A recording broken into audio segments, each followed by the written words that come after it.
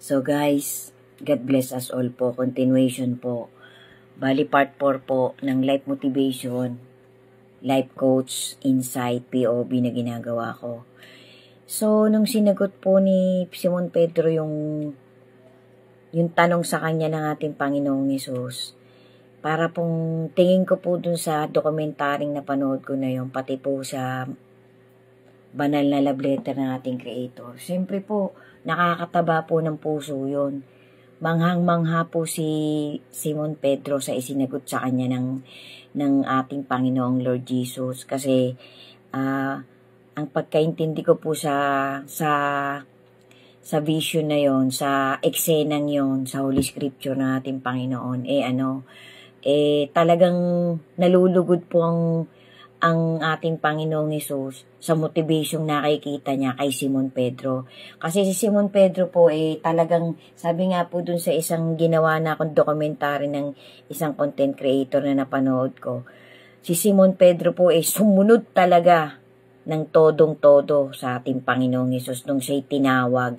Kasi nga po, palibasa po si Simon Pedro, nakakita po agad siya, on the first day pong tinawag siya ng ating Panginoong Hesus, nakakita po agad siya ng kakaibang milagro na never on his entire life nangyari sa buhay niya. Kasi nga po, yung nagkataon po na tinawag siya ng ating Lord Jesus na sumunod ka sa akin, Simon Pedro, kasi mang-aakay na tayo ng mga tao. Hindi na isda ang huhulihin mo, kundi tao na ang aakayin mo. Babaguhin natin ang mundo. Yun po ang isinagot ng Panginoong Hesus kay Simon Pedro ng on the spot na unang-unang pagtatagpo nila. Kasi nga po ang Panginoong Hesus nagsisermon sa malapit po sa pangpang ng dagat. Nagkataon po nung time na yon, nandun si Simon Pedro tsaka yung kapatid niya pong si John tsaka yung iba pa pong mga anak ni Zebedeo na naging apostol din po si John, si Big James po tsaka si John, tsaka po yung kapatid na ni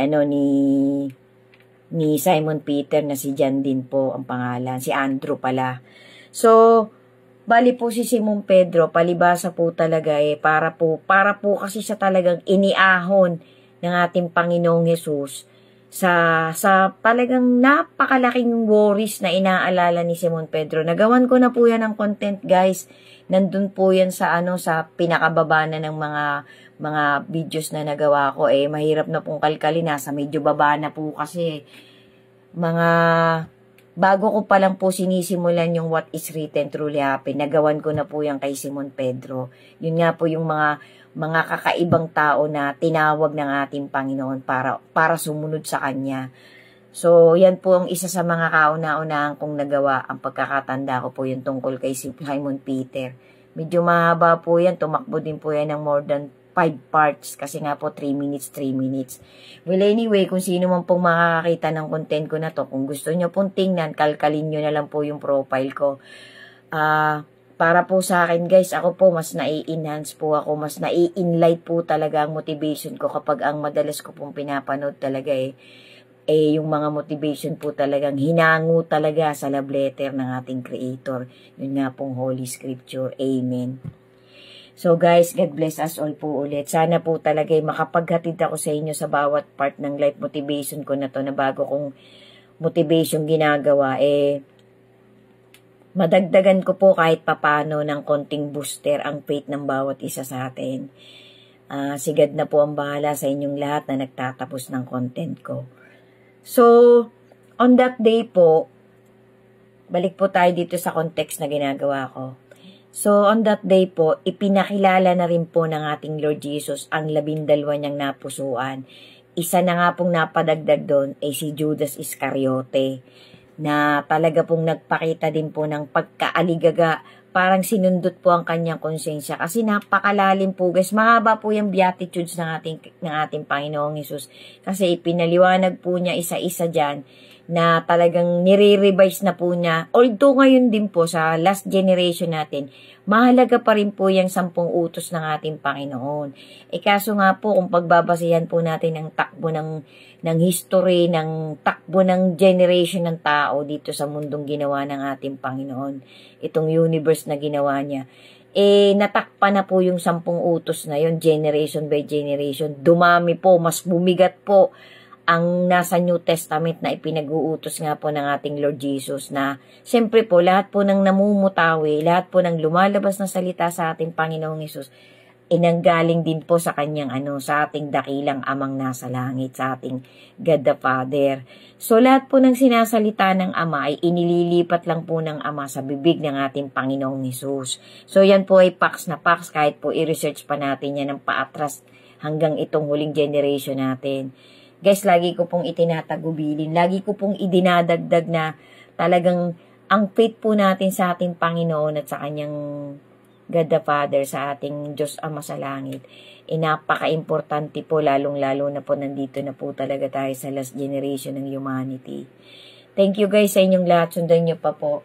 Sana po talaga bawat parte makakapaghatid ako ng maliit na booster para mas tumibay pa po ang motivation ng bawat isa sa atin. Patuloy-tuloy po nating tahakin talaga ang landas papunta sa mag-ama na yan. Kasi sila po talaga ang magbibigay sa atin ng pinapangarap nating eternal peace of mind, eternal happiness, eternal salvation. So guys, nung naipakilala na po ng ating Panginoon ng 12 apostles sa kanila, pati po dun sa ibang followers na lagi din pong hindi humihiwalay sa kung saan nandong lugar ang ating Panginoon at ang kanyang 12 apostol. Nandun din po yung ibang mga followers ng ating Panginoon. So sabi po ng ating Panginoon, ang haba po ng binitawan niyang mga talagang beatitudes, yung nga pong parang po yan, parang sabi po sa ibang dokumentary, daw po yan po yung tinatawag na golden rule. Yun nga po yung sinasabi naman ng iba, yan daw po yung karma, na kung ano talagang itinatanim ng isang tao, babalik sa kanya. Kung anong binibitawan natin, yun din ang ating matatanggap pabalik. So, napakalalim po guys. Kahit po anong talino pa natin, hindi pa rin po natin kayang basta-basta maunawaan ang talagang mga motivation na kasulat yan sa Holy Scripture. Not unless po talaga tayo binigyan na ng Holy Spirit ng guidance natin na dinagdagan ng ating Panginoon dahil sa pagsusumakit ng bawat isa sa atin na mapalapit talaga tayo, na maunawaan natin talaga kung ano ba talagang motivation gustong ipagawa sa atin ng ating Panginoon. Kasi maliligaw po tayo kapag palaging motivation lang ng tao ang ating susundan. So guys, sundan nyo pa po, bali part 4 na po ito ng life coach, life motivation ginagawa ko. POV na rin po, tsaka insights. Sana po ay mag-ingat po tayo palagi guys. Lagi po natin gagamitin ang ating discernment, ang ating discretion sa bawat nangyayari sa paligid natin, sa bawat balitang nalalaman natin, napapanood natin sa iba-ibang platform. Thank you po, sundan niyo pa po yung kasunod. Maraming salamat po. Ingat po tayo palagi at pagtibayin pa po natin ang kapit natin sa mag-amang yan, sa ating Panginoong Hesus at sa kanyang sa ating God the Father. Ang dalawa pong yan parehong creator, infinite God po sila. Sila lang po talaga ang kayang magparusa ng kaluluwa dun nga po sa tinatawag nilang eternal damnation, at sila din po ang magbibigay ng eternal salvation sa bawat isa sa atin na mapipili niya sa kanyang ultimate na pagbabalik. Amen. Sundan niyo pa po. Thank you po for watching. God bless us all po, and to God be the glory po. Always be steadfast in your faith to our Creator. Amen. Thank you po for watching. God bless po.